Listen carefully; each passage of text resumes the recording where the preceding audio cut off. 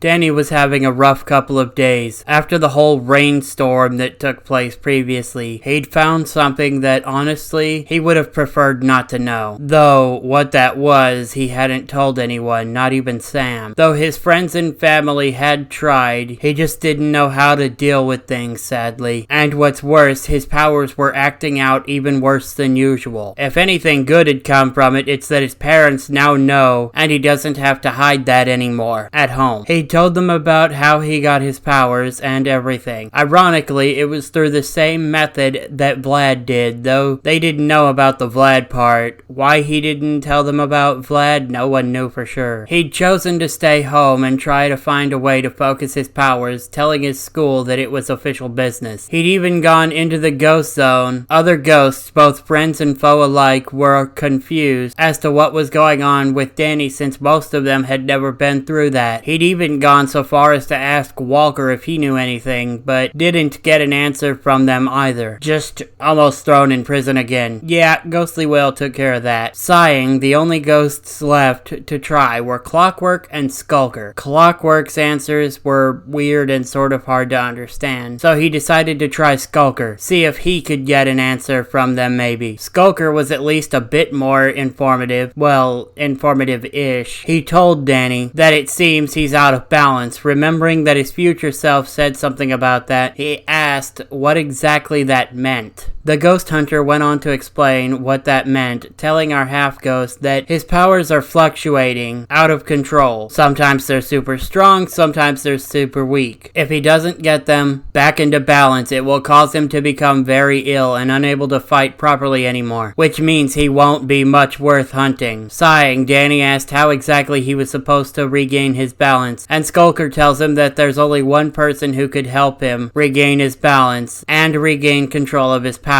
Asking how to find them, Skulker tells Danny that he hasn't the foggiest clue, sadly. They are reclusive. Just finding them would be a challenge for anyone who hasn't met them before and to know where to look. Thanking Skulker, Danny goes to make his way out of the ghost zone, with the hunter just letting him go, saying that he hopes they do regain their balance for both their sakes, as he goes slowly making his way to the portal and stepping through it. He then falls onto the ground with Maddie helping him up, asking what happened exactly in there. Sighing, Danny says that he's got his answer, but fixing it, that's the problem. It may take a very long time, which meant he'd have to miss even more school. Jack tells him that school is important, but so is whatever is happening to them. If it means he'll get better, then he should go. With our half-ghost nodding, saying that he really hopes that Clockwork may have the answer he needs. His parents ask who Clockwork was, and Danny goes on to explain that he is the Ghost Master of Time and a very powerful ally. He just hopes that they would be able to help. Before they could say any more, Danny's ghost sense goes off as a very tall ghost with blue skin and a suit with the same symbol as Danny stepped out of the ghost zone. Danny questioned Dan, confusing his parents as they also questioned, repeating, Dan? Looking more confused now. Dan makes a black ring appear around himself as it split into two, one half moving upwards, the other half going downwards towards the ground. There stood a black-haired man with a small, well-kept goatee and blue eyes. He also had on blue jeans torn at the knees with black combat boots along with a solid black t-shirt. Jack questions how there was another half-ghost like Danny. Dan face palms and tells them that he is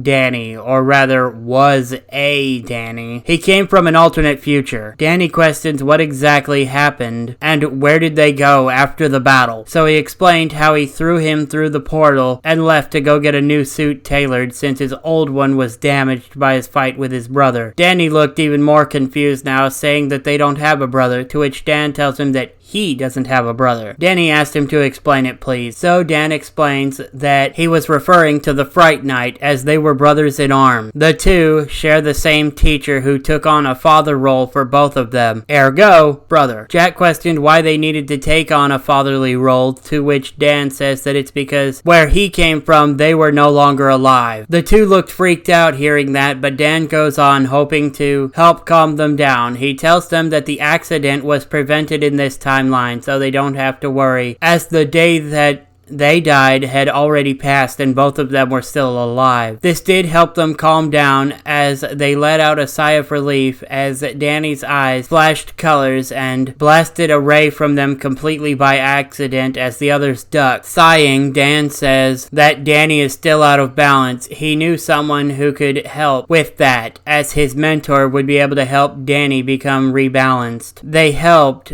when he was lost after all. Maddie asks Dan to please help Danny, and he nodded in response, telling Danny to pack. This trip was going to take a while. Jack asked how long, and Dan says that it depends on how fast Danny manages to regain balance. Could be tomorrow, could be years from now. Danny goes to say his goodbyes and packed, leaving with Dan, going into the ghost zone as they flew through it, passing by Clockwork's lair, and going even deeper into the zone. Eventually, they reach a castle-like structure where the Fright Knight was waiting. Though surprisingly didn't attack them, the knight greets them, saying, "Welcome, Father is waiting for you." Dan asks if the Fright Knight had been shown everything, to which the knight responds that he has, and opens the door as the three of them walk in. They don't see anyone inside, so Dan suggests that maybe he's playing with his toys again, the knight saying that sounds right for their father, as they led Danny into the side room with all sorts of motorcycles in it.